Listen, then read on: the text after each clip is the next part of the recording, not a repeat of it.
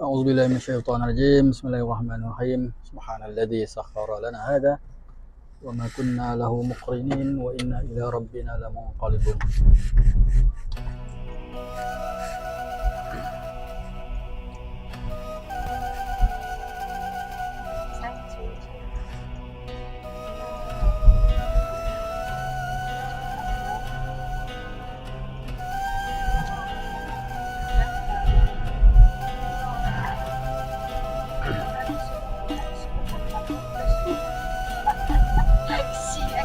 Apa?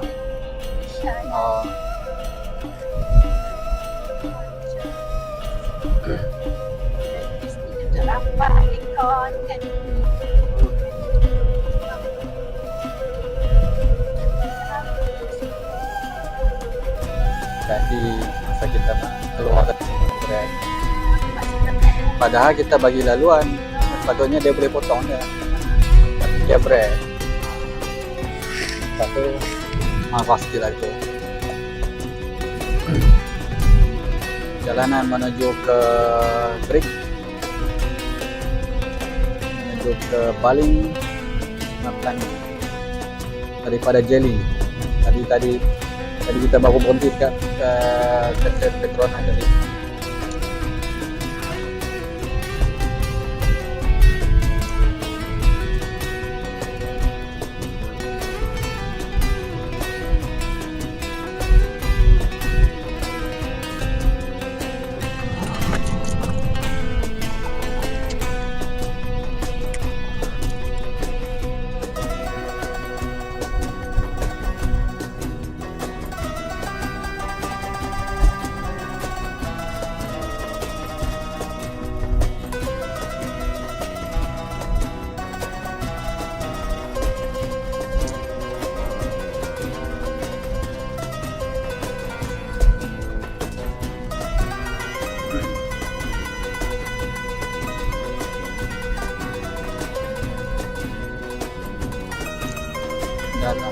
Dalam bahasa Arab, ba ni apa peranan ba dalam bahasa Arab?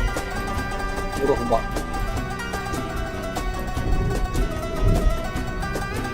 Tahu tak? Contohnya huruf ba di dalam Bismillahirrahmanirrahim. Apa makna ba? Dengan nama apa? Apa makna ba? Kalau dalam ayat wudu, famsahu bi ru'usikum, maka hendaklah kamu menyapu kepala kamu. Ba' bi ru'usikum itu apa maksudnya ba'? Jadi ulama di dalam nak mentafsirkan ayat Quran ni dia mula dengan i'rab dahulu. Lepas tu memahami tata bahasa Arab ataupun i'rab luar Arabiah ni ada asas untuk memahami maksud sesuatu ayat. Jadi huruf ba dalam Al-Quran ni dia memperimanya macam-macam maksud. Kalau dalam ayat wudu, iza qumtum ila shalah faghsilu wujuhakum wa aydiyakum ila al-marafiq wamsahu bi ru'usikum. Dalam ayat wudu Allah kata bermula dengan membasuh muka, basuh tangan sampai ke siku dan sapu kepala. Biru siku. Jadi untuk bila ulama nak tafsirkan masuk kepala, mereka macam menafsirkan ba. Ada kata ba tu lil ilsaq. Ba tu dengan menyentuh sebahagian kepala. Bi ba'di, dengan makna bi ba'di ru'usikum, membasuh sebahagian kepala.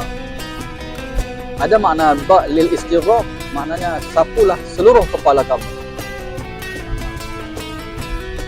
Ataupun lil ilsaq, ataupun sebahagian kepala kamu. Jadi bila dah ada makna, ada kata makna sebahagian, ada makna sentuh kepala kamu tanpa menentukan sebahagian, asalkan makna ilsaq, sentuh saja, dah dapat makna wudu. Jadi Imam Syafi'i kata lil ilsaq, sentuh saja kepala, asalkan dia kepala tempat tumbuh rambut, walaupun dengan 3 urat jari dah dikira sapu kepala. Kalau Imam Malik dia kata lil istighraq, ba tu mesti lil istighraq maknanya merangkumi keseluruh kepala, maka syarat wuduk dia mesti sapu keseluruhan kepala. Kalau makna ba' li tabu'id, sebahagian kepala, 1/4, 1 separuh, itu mazhab Hanafi. Jadi apabila ulama dia nak tafsir satu hukum, dia orang akan faham ayat, jadi dia faham makna huruf ba'. Jadi huruf ba' ni dalam pengamalan bahasa Arab ni banyak makna. Antaranya ialah ba' al-wasitah, ba' sebagai perantara, menjadi perantara di antara satu sentence. Ba' al-wasitah. Di dalam Bismillahirrahmanirrahim dia orang kata ba' wasitah.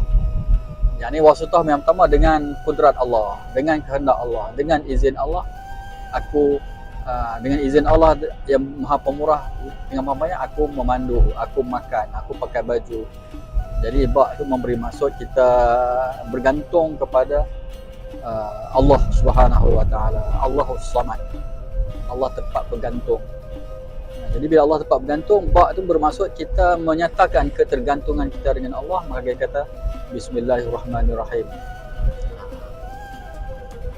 Kalau ulama sufi dia kata taklah, ba' tu dia kata maksudnya maksud di sebalik itu adalah ba' wasitah. Jadi di dalam hubungan Allah dengan alam ini, siapakah wasitah dia? Siapakah orang tengah dia? Jadi orang tasawuf kata wasitah itu adalah Nabi Muhammad SAW. Maka apabila kita baca bismillah, sebenarnya kita juga dalam hati kita, suara kita maknanya bertawassul juga dengan Rasulullah SAW, Nabi Muhammad yang merupakan rahmat kepada alam. Karena orang kata tak, Nabi Muhammad diutuskan, diciptakan dengan sebab penciptaan Nabi Muhammad SAW, Allah bagi rahmat kepada alam. Itu maksud ayat wa ma arsalnaka illa rahmatan lil alamin. Wahai Muhammad, kami tidak utuskan engkau melainkan membawa rahmat. Jadi pengutusan ini termasuk kepada penciptaan. Kalau orang tasawuf ni dia pergi jauh, bukan utus saja. Penciptaan Nabi Muhammad sallallahu alaihi wasallam juga adalah sebagai wasitah untuk bawa rahmat. Sebab tu dia timbul dalam orang tasawuf dia kata apa? Yang makhluk yang pertama diciptakan adalah Nur Muhammad. Tak adalah nas. Cuma nas dia orang faham di sebalik makna wa ma arsalnaka illa rahmatan lil alamin. Jadi tidak ada, manusia ni tak akan rasa rahmat kalau dia tak wujud. Macam mana nak rasa rahmat kalau dia tak wujud? Jadi dia kena wujud dahulu. Seolah-olahnya kewujudan alam ini dengan sebab rahmat daripada Nabi, yang Allah telah jadikan Nabi sebagai pencetus rahmat. Sebab tu dikatakan yang paling mula yang diciptakan ialah Muhammad. Tapi bukan zat jisim, tapi roh Muhammad, yang di mana roh itu diciptakan daripada nur. Itu fahaman dia orang lah kan. Sebab apa? Sebab nur adalah makhluk awal yang paling diciptakan. Allah wujud dan selepas itu Allah wujudkan nur. Nur itu asalnya adalah, nur itu menjadi hijab di antara Allah dan makhluk. Hijab Allah dengan makhluk ada nur. Daripada nur itulah diciptakan qalam. Dan Daud qalam juga daripada nur. Daripada nur juga diciptakan roh. Antara roh yang diciptakan ialah malaikat. Dan malaikat Jibril sendiri dinamakan roh. Tanazzalul malaikati war roh. Malaikat diturun pada malam Al-Qadar. Malaikat-malaikat turun ke bumi, termasuk yang turun ialah roh. Roh ni ialah ganti nama kepada kalau malaikat Jibril alaihissalam. Tapi roh itu juga adalah satu rahsia Allah. Was'alunaka 'anir ruh qul ruhu min amri rabbi. Dia adalah amru rabb, urusan Tuhan. Jadi roh ni bukan sekadar malaikat Jibril, roh. Al-Quranul Karim itu sendiri roh. Dan roh itu juga sesuatu yang dimasukkan ke dalam diri manusia, diri makhluk, yang menjadikan makhluk itu hidup. Jadi makhluk itu hidup dengan roh yang Allah kurniakan. Jadi alam rohani ini berhubung secara rohani. Jadi kita tak boleh nak fikir macam mana alam rohani berhubung. Alam rohani dia tak berhubung dengan cara fisik. Jisim telinga kan, kita mendengar gelombang telinga ni, dia mendengar sebab ada gelombang suara, dia berhubung dengan gelombang. Tapi roh ni dia tidak ada, dia perhubungan roh bukan perhubungan jasmani yang berasaskan gelombang fizik. Dia metafizik. Cakap tentang bismillah. Baik, diam sampai sini. Dahsyat kan? Okey, metafizik.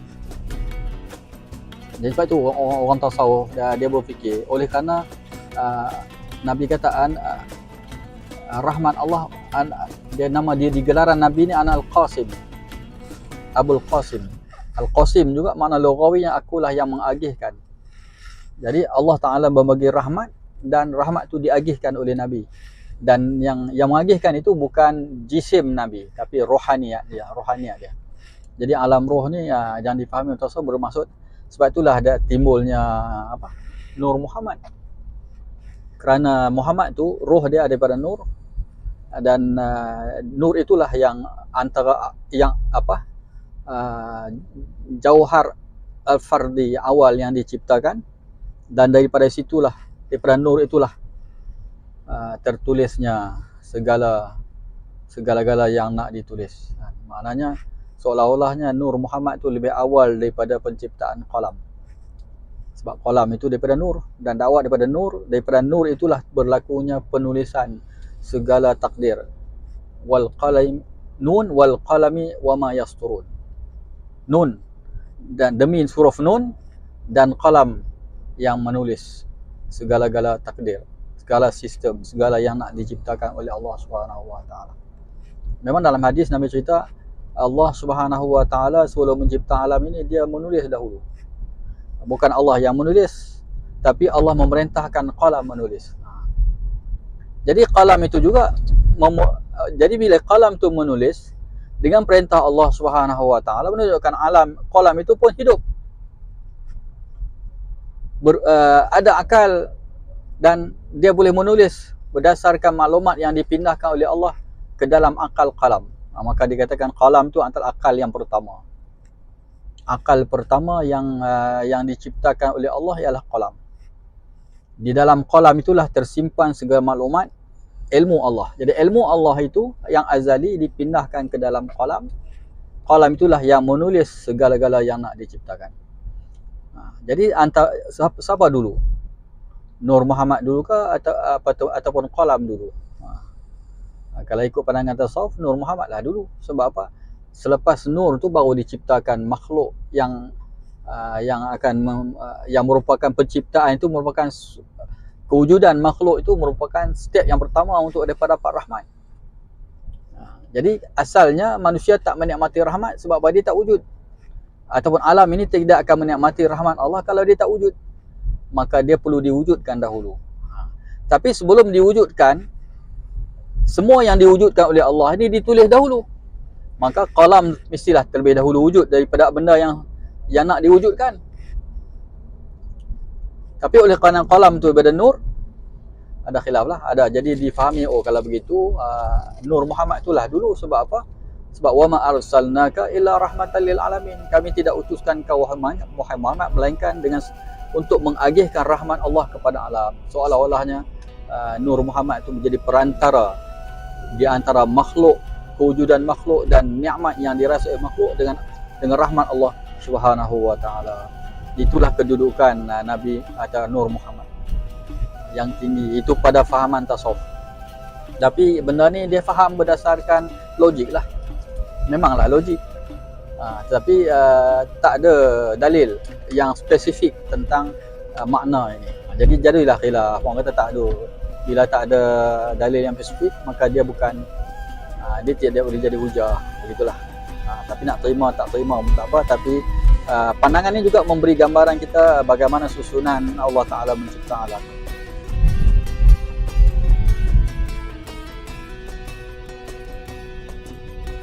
Boleh percaya tak?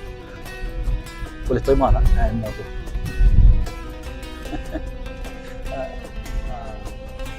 Wallahu a'lam. Ini pandangan daripada mana? Di kalangan falsafah lah. Falsafah tasawuf falsafah ni maknanya mereka menggunakan fikiran untuk faham. Berbeza. Jangan bila kita tanya apa dia tasawuf falsafah, ini pemikiran orang tasawuf. Tasawuf ni dia kenapa timbul tujuannya dia nak rasa nak mengenal Allah. Tujuan nak mengenal Allah dan mengenal makhluk. Jadi dia nak kenal makhluk, nak kenal Allah dengan melalui mengenal makhluk. Jadi nak merasa bila mengenal makhluk dan begitu tersusun dan hebatnya makhluk, baru kita kenal Allah, betapa Allah tu maha alim, maha hebat, maha perkasa, maha tidak terbatas kehendak dan iradah dan kemampuan. Itu saja kan. Lepas tu itulah titik tolak kepada mengenal Allah. Awwaluddin ma'rifatullah. Nak kenal Allah, kita tak boleh kenal zat Allah, sebab zat Allah laisa kamitslihi syai'. Kita tak boleh kenal Allah dengan minda, dengan akal. Maksudnya zat Allah tak boleh dikenali dengan akal. Akal kita tidak mampu nak berfikir rupa tak, sebab apa? Allah tak bersama, tak sama dengan manusia. Laisa kamitslihi syai'. Jadi kita kenal Allah melalui mengenali makhluk yang dia ciptakan. Jadi makhluk yang diciptakan tu apa? Maka timbullah pula ilmu akidah. Makhluk ni berjisim, berarad, ada jauhar. Sampai dia kata jauhar al-fardu. Jauhar al-fardu adalah ibarat atom yang pertama yang diciptakan. Atom itu akhirnya bergabung dengan atom jadi makhluk baru. Asalnya atom yang pertama dia tak boleh nak dipecahkan lagi dah. Itu jauhar fard. Jadi jauhar fardu juga merupakan makhluk yang diciptakan Allah. Sedangkan Allah ketauhidan Allah Subhanahu Wa Taala dia tidak macam atom. Jadi macam tu orang ulama nak mengenalkan Allah tu bukan jauhar fardi, atom.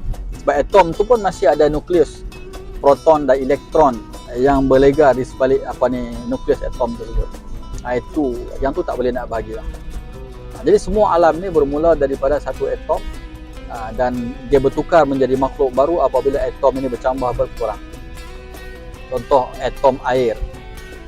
Molekul air terdiri pada hidrogen dan oksigen. Dua atom hidrogen untuk campur oksigen membentuk satu atom namanya air. Dan daripada atom air ini Allah ciptakan makhluk yang hidup yang lain. Wa ja'alna minal ma' kulla syai'in hayy. Dan kami ciptakan setiap benda hidup itu daripada air. Jadi setiap benda hidup yang daripada air ni, maksud dalam ayat ni adalah benda hidup yang bersifat jisim. Jisim itu bermula daripada cecair. Alam ni pun adalah bermula daripada cecair. Ulama membincangkan apabila Allah kata, Allah berfirman nun wal qalami wa ma yasturun. Apa rahsia di sebalik nun wal qalami wa ma yasturun?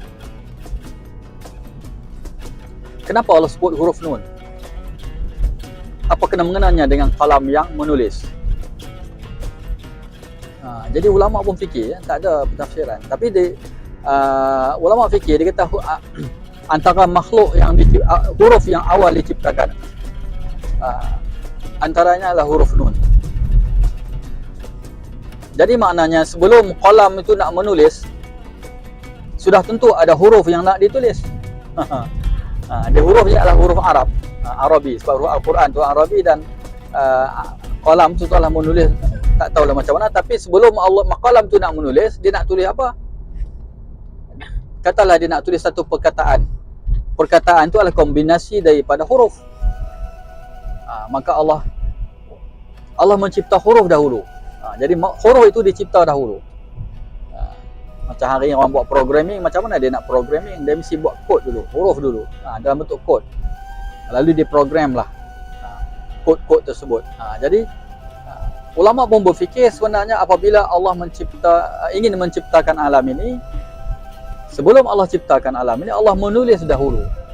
Sebelum Allah menulis, Allah mencipta dahulu perkara yang menjadi asas kepada pen, iaitu nur.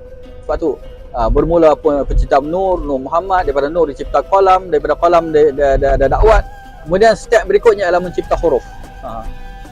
Dan antara huruf yang awal ialah huruf Nun. wal qalami wama yasturun, dan qalam itulah yang menulis segala kalimat Allah Subhanahu wa taala. Kalimat Allah ni terlalu banyaklah. Lau kana al-bahru midadan li kalimati rabbi lanafida al-bahru qabla an tanfada kalimatu rabbi walau ji'na bimithlihi madada. Dalam surah Al-Kahfi kan, di akhir surah Kahfi Allah kata, kalaulah lautan ini dijadikan tinta dakwat untuk menulis kalimat-kalimat Allah, nescaya akan keringlah segala lautan. Walaupun dia datang berkali-kali, datang lagi tulis, dan akan kering. Maknanya tak akan mampu menulis kalimat Allah. Tapi kalimat Allah tu telah tertulis. Sebab apa?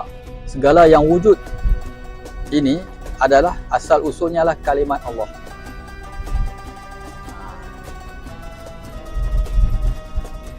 Bukan kalimat kun jadi. Kun tu perintah Allah jadi.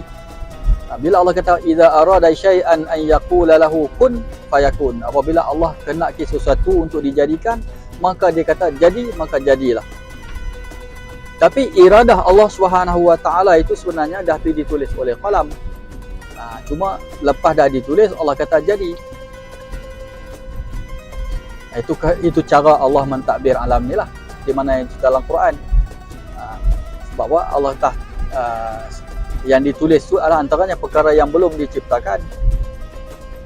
Bukan kemudian malaikat menulis perkara yang telah dilakukan. Itu persoalan tulisan yang lain, lembaran yang lain. Tapi alam ini bermula kewujudannya dengan Allah memindahkan ilmunya ke dalam akal qalam, dan qalam menulis dengan perintah Allah Subhanahu wa taala. Bila siap segala benda yang nak diciptakan oleh Allah ditulis oleh qalam, Nabi kata dalam satu hadis, Allah biarkan alam ni tidak diciptakan sampai dikata 500,000 tahun. Lepas tu barulah Allah kata kun, jadi. Dan bukan sekadar jadi tu, alam tu jadi sebiji seketul macam tu, tapi Allah menjadikan alam ni ikut sunnah dia, step dia, proses bermula gajah. Nampak gajah lah. Sekarang gajah dah tak takut orang, dia lalu tepi ya. Okey, bermula daripada apa? Penulisan. Itu sunnatullah. Kita akan cakap nanti tentang apa? Bagaimana Allah dia punya sunnah dia. Cara dia mencipta alam ini dengan menulis dulu apa yang dia nak cipta. Macam hari ni lah orang belajar engineering, orang buat programming kan. Orang buat apa, buat plan rumah. Dia nampak satu big picture, gambaran masa depan. Kemudian dia lukis pula plan, kemudian macam-macam plan, termasuklah akhir sekali plan kontraktor dia meluncurkan plan perancangan untuk macam mana membangunkan. Jadi itu sebenarnya itulah tanggungjawab khalifah. Mana khalifah ni bila manusia mengganti Allah, mentadbir muka bumi, mereka diajar dan didik untuk mentadbir, mengurus berdasarkan juga bagaimana Allah memulakan mencipta alam ini. Bermula dengan menulis plan, meletakkan kayu ukur tertentu, piawai tertentu, dan akhirnya melaksanakannya. Tapi apabila manusia buat macam tu, dia akan rasa hebatnya Allah Subhanahu wa taala. Segalanya tersusun ikut piawai yang tertentu, spesifik. Sebab tu kalau kita tengok alam ini, bila kita kaji, dia ada keserasian tertentu yang menunjukkan alam ni adalah ciptaan Allah yang Maha Esa, yang agung, Tuhan yang Esa. Dia bermula dengan jauhat al-fardu tu. Macam tu juga kita tengok hari ni, kita bincang tentang warna kan. Warna pun dia ada 3 warna asas saja. Kuning, putih, satu bar, biru kan. Dia gabung-gabung jadi warna ni, gabung-gabung jadi ni. Bila ada akhirnya warna ni digabung jadi pelbagai warna lain pula. Asalnya semua satu 2-3 color saja, tapi color itu bila digabung dia beranak, akhirnya lahir pelbagai warna. Macam mana kita nak boleh fikir? Semuanya itu dah merupakan qada dan qadar sunnah Allah Taala. Macam tu juga hari ni orang buat chips komputer. Dulu bukan main besar chip komputer kan, nak isi, tapi lama-lama dia duplicate copy paste duplicate dari kecil, akhirnya chip tu jadi cukup kecil. Kita pun tak boleh nak bayangkan macam mana sains menggunakan kalkulator fizik untuk buat benda ni. Tapi itu kehebatan Allah dalam mencipta alam yang tersusun rapi dan manusia hanya meniru saja kan. Sampai tak mana masuk tajuk ni. Itu nak cerita bismillah tu. Bismillah, ba tu kan. Bismillah. Jadi itu di sebalik, sebab tu ada ulama kata sebenarnya alam ni bermula dengan satu titik saja. Titik dot. Titik itulah, dalam titik ba itulah bermulanya alam ini. Sebab apa? Itulah titik yang maknanya sebelum nak cipta huruf, tentu Allah cipta dengan makhluk yang pertama yang diciptakan ialah titik, satu noktah. Kita tak boleh nak faham, tapi bila kita tengok printer dot print tu sebenarnya dia dot jarum tu saja yang dia daripada jarum yang printer tu dia akhirnya berbentuk pelbagai huruf. Tapi huruf tu bermula dengan satu titik. Dan titik tu walaupun halus, dia ikut dia punya fragment yang spesifik. Itu ciptaan Allah. Detailnya penciptaan Allah. Jadi bila kita baca bismillah, dalam bismillah itu selain daripada kita bergantung dengan Allah Subhanahu wa taala yang Maha Agung, yang mencipta alam ini, yang berkuasa pada alam ini, sebenarnya kita juga mengingati Rasulullah sallallahu alaihi wasallam dengan sebab Allah menciptakan Nur Muhammad atau Nabi Muhammad ini sebagai rahmat kepada alam, maka menghormati Nabi Muhammad sallallahu alaihi wasallam, mengasihinya melebihi yang lain adalah agama. Tuntutan agama. Sebab tu Nabi kata kita kena sayang dia melebihi segala-galanya. Jadi mengasihi Rasulullah kerana kehebatan dan kedudukan baginda di sisi Allah Subhanahu wa taala. Itu terkandung apa yang berada di sebalik Bismillahirrahmanirrahim. Kita ada dua, dari huruf ba tu ada dua. Kalau ikut ba wasithah itu bermaksud kita bergantung dengan Allah dan bersyukur, berterima kasih dengan Rasulullah sallallahu alaihi wasallam. Sebenarnya berterima kasih kepada Allah ialah melalui berselawat. Bukan kita saja berselawat, Allah dan malaikat pun berselawat. Dan Allah perintah kita berselawat. Itu menunjukkan ada satu kedudukan yang hebat di sisi Allah. Apabila Allah kata innallaha wa malaikatahu yusalluna 'alan nabi ya ayyuhalladzina amanu sallu 'alaihi wa sallimu taslima. Hebat. Jadi berterima kasih kita kepada Allah dengan kita mentaati perintah Allah, khuduk, patuh dan tunduk, rasa diri ni kerdil, rasa diri ni hina, rasa diri ni mengharapkan Allah Subhanahu wa taala, rasa segala-gala makhluk sebab ni tak memberi bekas, yang berbekas, yang berkuasa menjadikan sesuatu adalah Allah Subhanahu wa taala. Cuma sebagai adab kita bertanggungjawab untuk menunaikan amanah Allah sebagai khalifah dengan mengambil sebab yang betul yang telah disunahkan oleh Allah. Jadi mencari sebab, memahami sebab sebagai khalifah itu adalah tanggungjawab taklif sebagai khalifah. Maknanya bila kita nak membangunkan muka bumi ini, bila kita nak makmurkan muka bumi ini,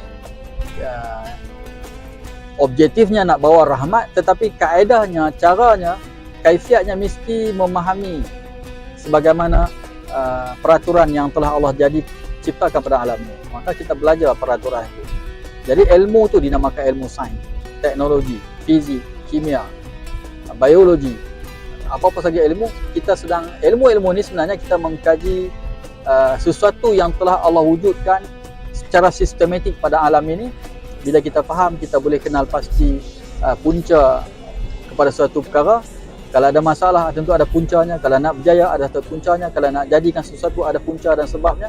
Kita memahami tersebut untuk membangunkan alam ini sesuai dengan ilmu itu. Jadi sebenarnya tidak ada pemisahan antara ilmu sains, teknologi, fizik, kimia, biologi dengan ilmu wahyu. Ilmu wahyu, Al-Quran, kita belajar kalamullah yang ditulis, yang diturun dalam bentuk wahyu.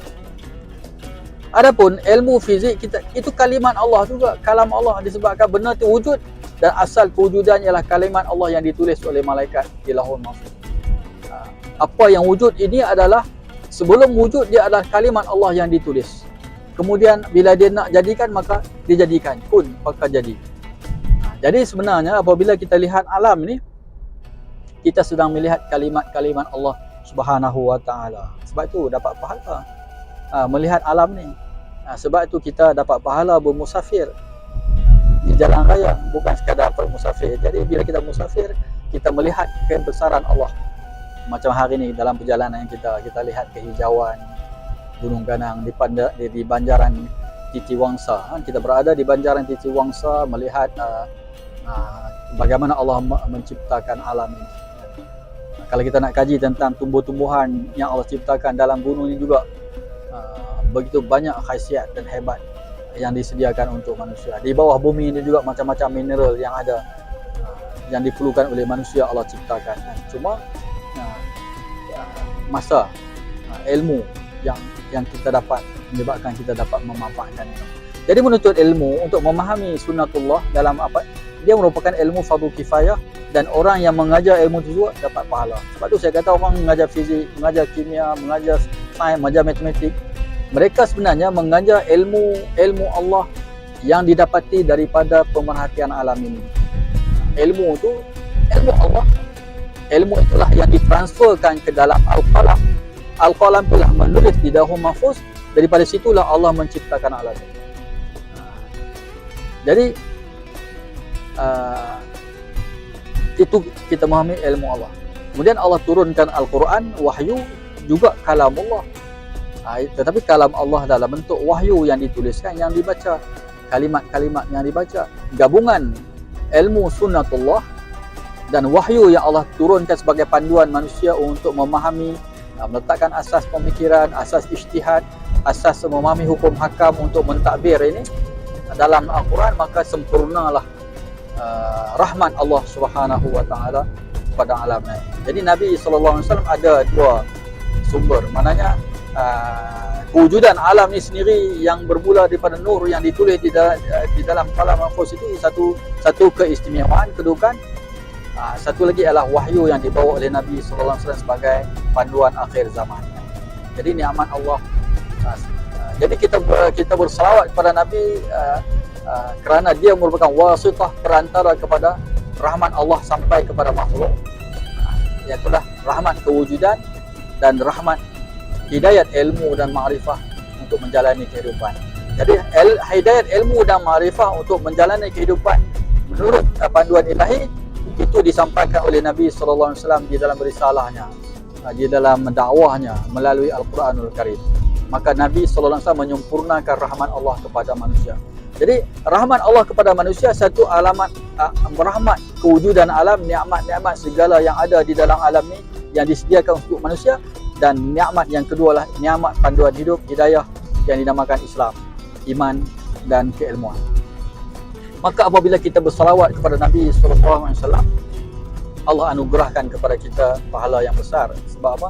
Sebab menunjukkan kita mengiktiraf, kita bersyukur, menunjukkan kita ni bertawadhu, bersyukur kepada kehebatan Nabi Muhammad atau rahmat Allah Subhanahu wa taala.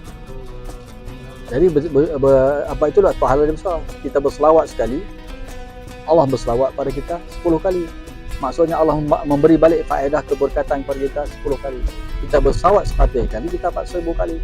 Kita berselawat 10 kali, kita dapat 1000 kali. Kita berselawat 100 kali, tidak ada ganjaran melainkan syurga.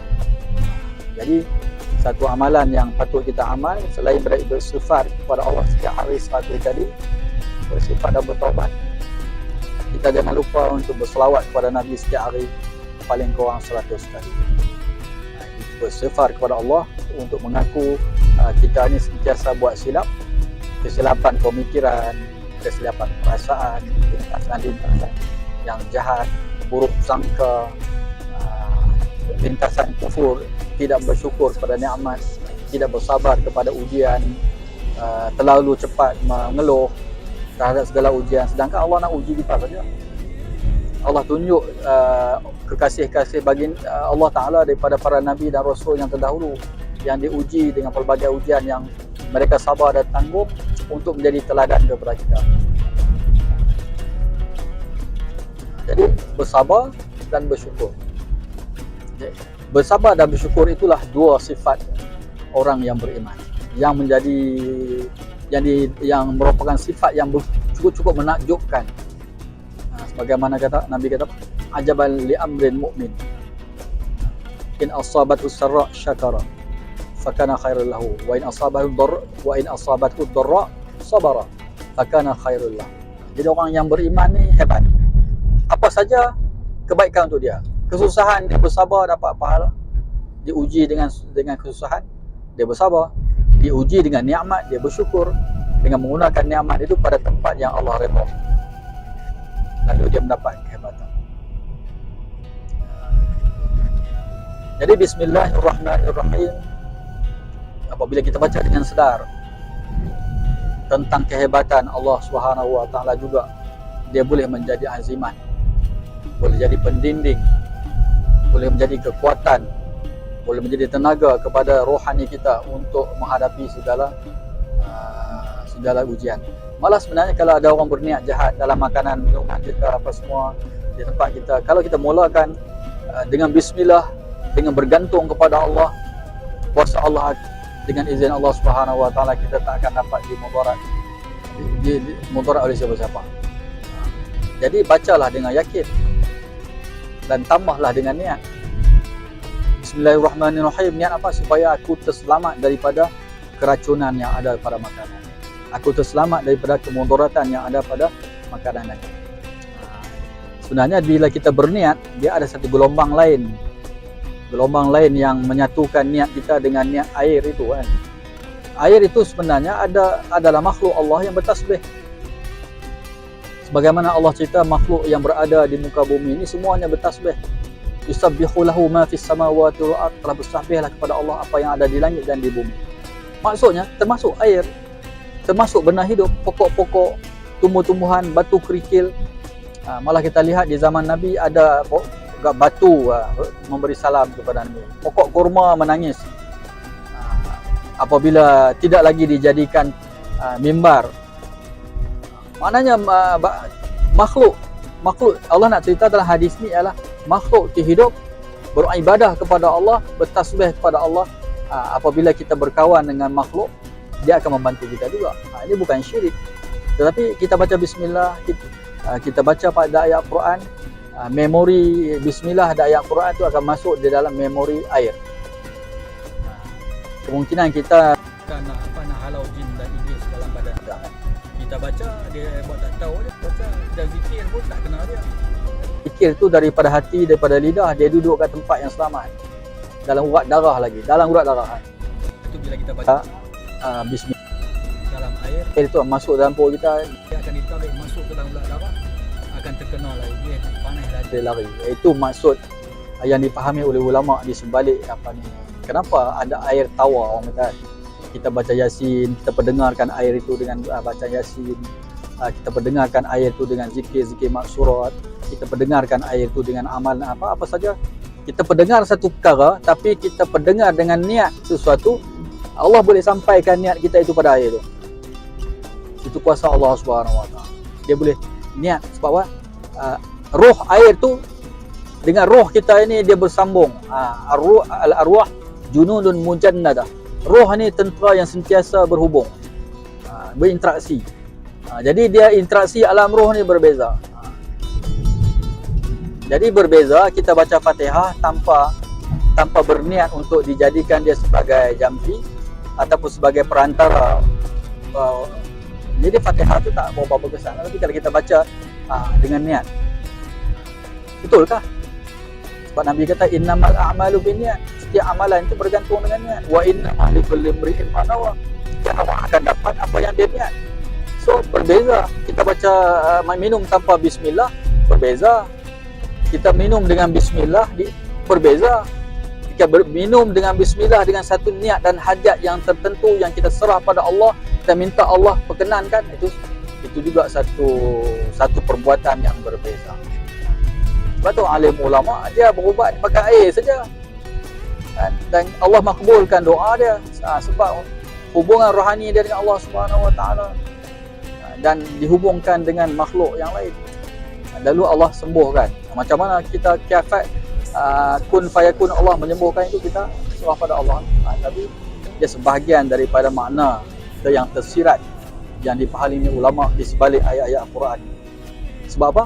ayat Al-Quran akhirnya adalah kalimat Allah. Hebat. Dengan kalimat tu jadi alam ini. Hebat. Kun. Innama amru idza arada syai'an an yaqula lahu kun fayakun. Kata ulama, alam ini di antara kaf wa nun. Dalam di antara kaf dan nun, kaf nun kun.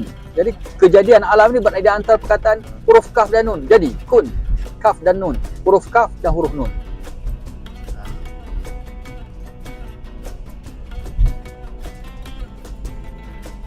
Kita dapat pahala, apakah kita dapat pahala dengan mengulang-ulangkan Bismillahirrahmanirrahim ataupun macam mana? Ya, mengulang-ulang dapat pahala, tapi ada juga doa Nabi, sebanyak mana makhluk di bumi, aku berselawat padamu ya Allah, ya Rasul, sebanyak mana ada kalimat, sebanyak mana jumlah kalimahmu. Kita sampaikan niat kita pun ada makna tersendiri, kan? Sebab itu antara surah Al-Quran ada yang memberi pahala yang besar. Surah Fatihah seolah kita membaca satu Al-Quran. Qul huwallahu ahad 1/3 Al-Quran. Qul ya ayyuhal kafirun 1/4 Al-Quran. Baca Qul huwallah dah dapat pahala 1/3 Al-Quran. Baca 3 kali dapat 1 pahala 30 juzuk Al-Quran. Kita tak boleh nak fikir macam mana, apa beza antara dua. Beza dia adalah kerana hakikat ilmu sesuatu yang berada di sebalik setiap surah dan ayat tersebut. Sebagaimana kita bincang hari ini, huruf ba itu sendiri. Bukan huruf ba. Ba itu bermaksud wasitah dan bagaimana kita dapat memahami kedudukan Nabi Muhammad sallallahu alaihi wasallam. Okey. Tamat kata-kata tafsir, penghuraian ataupun tadabbur apa makna bismillah. Sebenarnya kita diperintahkan oleh Allah Subhanahu wa taala untuk membaca bismillah dalam setiap perbuatan. Kerana inilah ayat yang pertama, perintah yang pertama yang diturunkan oleh Allah kepada Nabi sallallahu alaihi wasallam. Iqra bismi rabbikal ladzi khalaq. Ayat yang pertama yang diturunkan ialah Iqra bismi rabbikal ladzi khalaq. Bacalah dengan menyebut nama Tuhanmu, ataupun bacalah dengan bergantung kepada kehebatan Allah. Bacalah dengan bergantung kepada Allah. Jadi Iqra itu satu perbuatan, membaca, dan dia ada satu perbuatan. Maka Nabi SAW faham setiap perbuatan istilah dimulakan dengan bismillah. Lalu Nabi pun bersabda, kullu mri'in zibalin la yabda'u bi bismillah faqad abtar, atau kama qala sallallahu alaihi wasallam. Setiap pekerjaan yang kita lakukan yang berasaskan kepada kesedaran pemikiran dan kita tak mulakan dengan bismillah, pekerjaan itu akan hilang keberkatan. Abtar, terputus hubungannya daripada pertolongan Allah Subhanahu wa taala.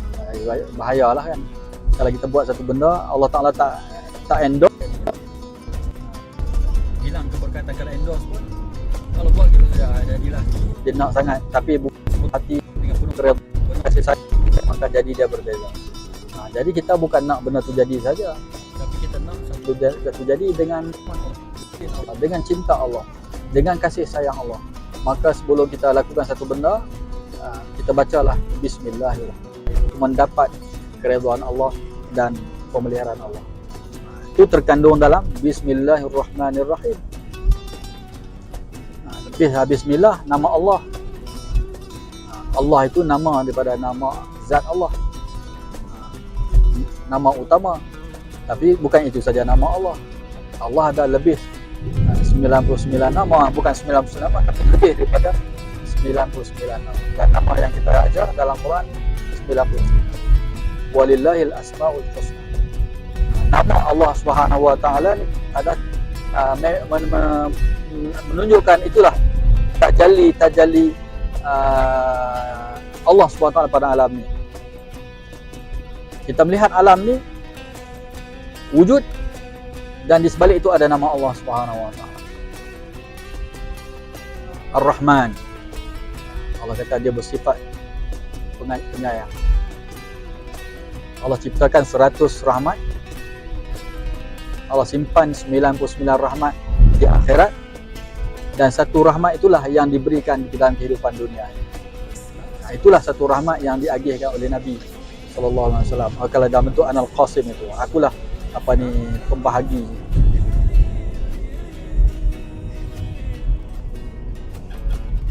Ar-Rahim di hari akhirat. Apa lagi yang kita boleh faham di sebalik surah Fatihah? Tadi di sebalik bismillah. Di sebalik surah Fatihah juga terkandung setiap ayat Allah kaitkan dengan Nabi SAW. Mana apabila kita baca satu ayat, kita akan faham ayat ini tak akan mampu dilaksanakan kalau tanpa pengutusan Nabi SAW. Pertama, Bismillahirrahmanirrahim. Mana Bismillah ini nak menceritakan Allah mengagihkan rahmat. Dan rahmat yang Allah agihkan pada alam ini sebenarnya dengan sebab Nabi Muhammad SAW. Wa ma arsalnaka illa rahmatan lil alamin. Bukan sekadar risalah akhir zaman, tapi kewujudan alam ini sebenarnya melalui rahmat Nabi, kewujudan Nabi Muhammad ataupun roh ataupun penciptaan Nabi Muhammad. Sebab tu ada ulama tasawuf kata nur. Asal usul alam ni juga bermula dengan nur qalam. Nur qalam, sebab apa? Qalam yang menulis menggunakan qalam. Qalam itu nur, dakwanya pun nur. Jadi kita tak akan dapat rahmat kewujudan. Rahmat itu tak akan rasa kalau tak wujud. Kita wujud disebabkan Allah mencipta Nabi Muhammad dahulu. Maka di dalam Ar-Rahman Ar-Rahim pun sebenarnya di sebalik itu ada syukur dan terima kasih kita, selawat kita kepada sedar kita kepada Nabi Muhammad sallallahu alaihi wasallam.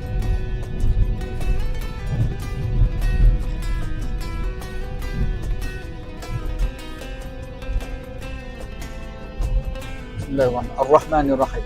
Alhamdulillahi rabbil alamin. Itu pun juga kita bersyukur kepada Allah, Tuhan yang mencipta alam ini. Dan alam ini diciptakan selepas diciptakan nur. Selepas nur qalam menulis. Selepas tersimpan di Lauhul Mahfuz. Dan alam ini diciptakan juga, kalau ikut pandangan tadi juga, penciptaan alam ini bermula dengan penciptaan Nabi sallallahu alaihi wasallam. Dalam ayat itu juga di sebaliknya kita faham kita perlu berselawat dan berterima kasih bersyukur kepada Allah dan berselawat kepada Nabi kerana kewujudan alam ini.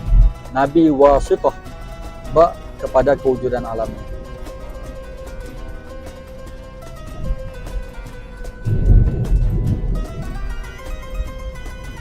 Ar-Rahmanir Rahim. Lagi penegasan tentang rahmat.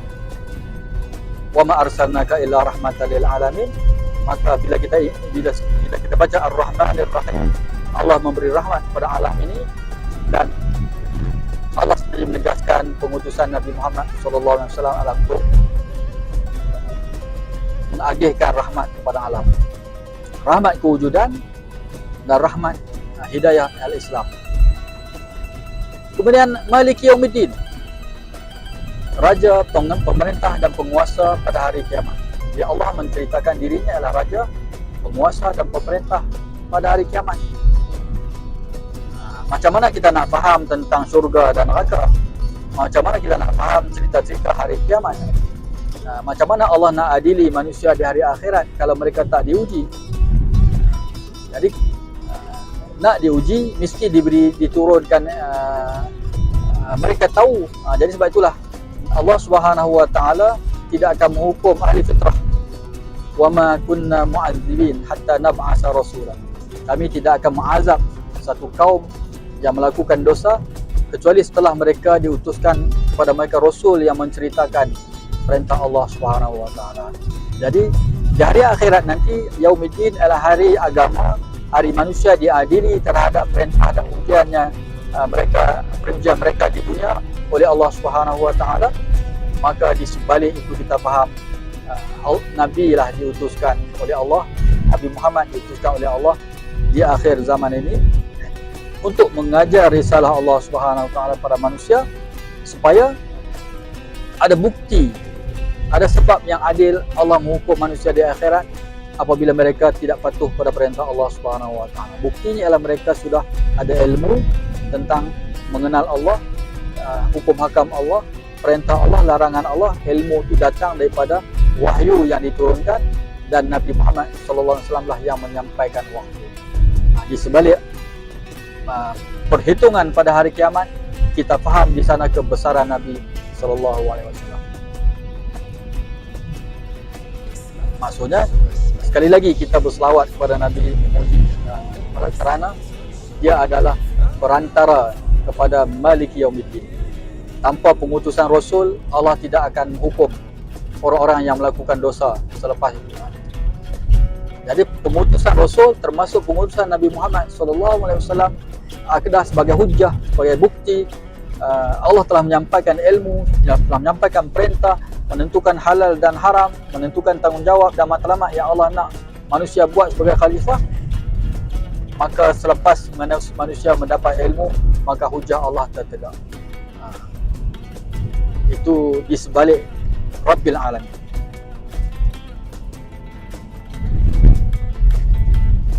Di sebalik Malik Yaumiddin. Kemudian kita baca pula Iyyaka na'budu. Hanya sahaja ya Allah, kepada Engkau kami menyembah. Macam mana kita nak sembah Allah kalau kita tak tahu cara solat, cara kaifiat solat, cara kaifiat berwuduk, bermula daripada berwuduk, sebelum wuduk bertaharah. Macam mana kita nak membersihkan diri kita daripada najis, mughallazah, mukhaffafah, najis rohani, najis jasmani. Jadi Nabi SAW mengajar kita macam mana nak membersihkan kekotoran rohani dengan tazkiyah, dengan tilawah, dengan zikrullah, dengan taubat. Membersihkan jasad dengan mengajar kita tentang taharah, macam mana menggunakan alat taharah, wuduk dan istinja. Maka Nabi merupakan perantaraan kita dengan Allah dalam kita memahami kaedah bagaimana kita nak beribadat kepada Allah Subhanahu wa taala. Iyyaka na'budu wa iyyaka nasta'in, dan hanya sahaja kepada Engkau ya Allah kami mohon pertolongan. Boleh tak kita menjadikan Nabi sebagai wasitah kita untuk minta tolong kepada Allah? Boleh. Daripada situ lahirnya tawasul. Kita bertawasul dengan Allah, kita berdoa pada Allah dengan bertawasul dengan Nabi SAW. Kita memula tawasul ni bermaksud sebelum kita berdoa, kita memulakan dengan puji-pujian, Alhamdulillah, kita mulakan dengan salawat, Allahumma salli ala Muhammad. Lepas kita memuji Allah, lepas kita bersalawat kepada Allah, ataupun sebelum tu lagi kita baca Al-Quran, kita zikrullah, kita bersifat, kita bertahlil, bertaubat, semuanya itu dijadikan sebagai amal soleh untuk kita mempersembahkan permintaan kita kepada Allah Subhanahu wa taala. Jadi iyyaka na'budu wa iyyaka nasta'in, di sebalik itu juga wujudnya Nabi SAW yang kita perlu berselawat kepada Nabi. Kerana semasa di dunia pun Allah akan perkenankan hajat kita melalui syafaat Nabi. Di akhirat apatah lagi kita memerlukan syafaat Nabi untuk mendapat keampunan Allah supaya kita masuk surga Allah Subhanahu wa taala. Dan syafaat Nabi Muhammad ini bukan khusus untuk Nabi, tapi dia adalah syafaat untuk sekalian manusia. Sekali lagi menuntut kepada kita perlu berselawat kepada Nabi apabila kita faham makna iyyaka na'budu wa iyyaka nasta'in. Kemudian kita baca lagi ihdinas siratal mustaqim, tunjukkanlah pada kami ke jalanmu yang lurus. Hidayat memang secara spesifik Nabi SAW diutuskan untuk membawa hidayat kepada manusia. Apabila kita berdoa, tunjukkanlah pada kami jalanmu yang lurus, dan hidayat Allah yang pertama adalah Al-Quranul Karim. Bismillahirrahmanirrahim. Alif Lam Mim. Dzalikal kitabu la raiba fihi hudal lil muttaqin. Alif Lam Mim, ayat yang pertama lagi selepas surah Fatihah. Di akhir surah Fatihah kita kata iyyaka ihdinas siratal mustaqim, tunjukkanlah kami jalanmu yang lurus. Surah yang kedua, surah Al-Baqarah, ayat yang pertama Alif Lam Mim. Inilah Alkitab yang tidak ada keraguan padanya, menjadi petunjuk kepada orang bertakwa. Jadi kita dah berdoa minta petunjuk, Allah turunkan petunjuk, yakni Al-Quran, dan yang melalui wahyunya dan yang menyampaikan Al-Quran kepada kita adalah Nabi sallallahu alaihi wasallam. Di sebalik ihdinas siratal mustaqim, kita tidak akan mampu mencapai apa yang kita perintah melainkan melalui wahyu yang telah disampaikan oleh Nabi sallallahu alaihi wasallam. Siratal mustaqim, jalan yang lurus adalah jalan yang dibawa oleh Nabi dalam Al-Quran dan sunnahnya.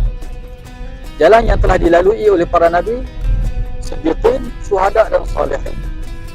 Itulah jalan-jalan mereka yang diridai, yang mendapat nikmat ilmu, nikmat hidayah, nikmat petunjuk, nikmat kemampuan untuk berlawan dengan hawa nafsu, kekuatan melawan syaitan, nikmat untuk mendisiplinkan diri untuk taat. Mereka itulah contoh kepada siratul mustaqim. Dan kita tidak akan kenal siratul mustaqim kecuali melalui jihad generasi yang terdahulu. Bermula daripada Rasulullah, generasi para sahabat yang menulis wahyu, yang menghafaz Al-Quran, yang membukukan Al-Quran, yang melaksanakan Al-Quran dalam kehidupan mereka, menjadikan mereka contoh teladan kepada kita untuk memahami bagaimana Al-Quran itu dilaksanakan, ditatbikkan, dan disitulah kita faham melalui proses ijtihad. Jadi kita bersyukur pada Allah, kita berterima kasih, kita berselawat kepada Nabi sallallahu alaihi wasallam. Kita juga tidak lupa untuk mengingati jasa-jasa kebaikan yang di generasi terdahulu. Sebab itulah dalam adab para ulama kita, mereka akan membaca doa Al-Fatihah, menghadiahkan kepada ulama-ulama yang terdahulu, di kalangan para sahabat, mujtahidin, ulama-ulama mujtahidin dan ulama mujahidin yang berjuang, yang akhirnya hidayah Islam sampai kepada kita. Adab kita adalah kita berkasih sayang kepada mereka. Tanda kita membalas cinta kita pada generasi terdahulu ialah dengan mengingati mereka dalam doa, di dalam zikir. Seperti mana adab kita menghadiahkan Fatihah, apa pahala yang kita dapat, supaya kita kongsikan nikmat itu bersama ulama-ulama terdahulu. Ila hadratan Nabi sallallahu alaihi wasallam wa azwajihi wa zurriyyatihi wa ashabi wa tabi'in wa imamil mujahidin, imamul mujtahidin wa qaid du'atul mujahidin. Syai'ulillahi lahumul Fatihah. Bismillahirrahmanirrahim. Alhamdulillahi rabbil alamin. Ar-Rahmanir Rahim. Maliki yaumiddin. Iyyaka na'budu wa iyyaka nasta'in. Ihdinas siratal mustaqim. Siratal ladzina an'amta 'alaihim ghairil maghdubi 'alaihim waladdallin. Amin. Jadi hidayat yang sampai kepada kita adalah melalui perjuangan Nabi sallallahu alaihi wasallam. Lalu kita bersawat lagi pada Nabi dengan sebab jihad itu, dan termasuklah yang berjihad menyampaikan Islam kepada kita ialah generasi para sahabat yang berjuang bersama Nabi, yang diridai oleh Allah Subhanahu wa taala, generasi tabi'in yang mempelajari sunnah-sunnah Nabi, hadis Nabi, dan menyampaikan kepada generasi berikutnya, tabi'in yang membukukan segala hadis, membukukan segala ilmu tafsir yang mengajarkan kepada kita. Dan begitulah ulama-ulama sepanjang zaman, khalifah-khalifah sepanjang zaman, pejuang-pejuang Islam sepanjang zaman yang memelihara Islam, dan Islam akhirnya sampai kepada kita. Kita berterima kasih kepada mereka. Bukan jalan orang yang dimurkai. Dan akhirnya orang yang dimurkai di sini ialah al-Yahud, bukan orang sesat, yang ini an-Nasara. Dan dalam hidup Nabi SAW, Nabi menunjukkan cara bagaimana berhadapan dengan Yahudi di Mekah, dan bagaimana berhadapan dengan Nasara pada umat terdahulu, dan menjadi qudwah hasanah kepada kita. Dan Al-Quranul Karim banyak ayat yang menceritakan tentang siapakah mereka ini, Yahudi dan Nasrani. Apa tabiat mereka, apa sikap mereka, apa kefahaman mereka, apa akidah mereka, apa perjuangan mereka. Dan ini juga oleh kerana ayat ini Al-Quran kekal sampai hari ini, dan Allah menyatakan dalam Quran, walan tarda ankal yahud walan nasara hatta tattabi'a millatahum. Orang Yahudi dan Nasrani tidak akan reda sehingga kepada kamu, sehingga kamu ikut jejak langkah mereka, menunjukkan perjuangan akhir zaman ini adalah perjuangan menghadapi ujian Allah Subhanahu wa taala melalui golongan-golongan ini. Nabi SAW setelah menyampaikan Al-Quran, Nabi dan para sahabat yang terdahulu, tabi'in juga sudah berhadapan dengan golongan dan cabaran ini. Mereka telah meninggalkan kepada kita satu sejarah perjuangan, fiqh dan ilmu yang kita boleh teladani. Wallahu a'lam. Demikian renungan daripada saya dalam perjalanan daripada Jertih Terengganu menuju Sungai Petani. Kita melihat keindahan banjaran Setiawangsa sambil mendengar tadabbur yang saya sampaikan. Mudah-mudahan memberi manfaat kepada anda sekalian. Apa yang baik itu daripada Allah Subhanahu wa taala, yang lemah itu memang kelemahan saya, dan anda boleh baca memahami sampai benar. Dan mudah-mudahan perkongsian ini mencetuskan satu idea, mencetuskan satu kesedaran, mencetuskan satu ilmu hasil pada itu. Anda boleh berfikir, menambahkan ilmu, bermunafasyah, dan Allah Subhanahu wa taala. Ambil yang jernih, tinggal yang keruh, binalah dan teruslah perjuangan Nabi. Pada bulan Rabiul Awal, di mana kita meraihkan kelahiran baginda Nabi SAW, jangan lupa untuk mempertingkatkan diri kita, bertakarrub kepada Allah Subhanahu wa taala. Untuk yang pertamanya ialah mentazkiyahkan jiwa kita, bersihkan jiwa kita daripada sifat mazmumah, daripada lintasan-lintasan yang tercela, pemikiran-pemikiran yang negatif, dan masukkan dalam hati kita ialah syukur, qanaah, sifat-sifat yang mahmudah, ikhlas, supaya dengan kebersihan hati kita mampu untuk menghadapi ujian hidup. Dan berselawatlah kepada Nabi setiap hari 100 kali, beristighfar 100 kali. Aku liqauli hadza astaghfirullah li wa lakum. Wassalamualaikum warahmatullahi wabarakatuh.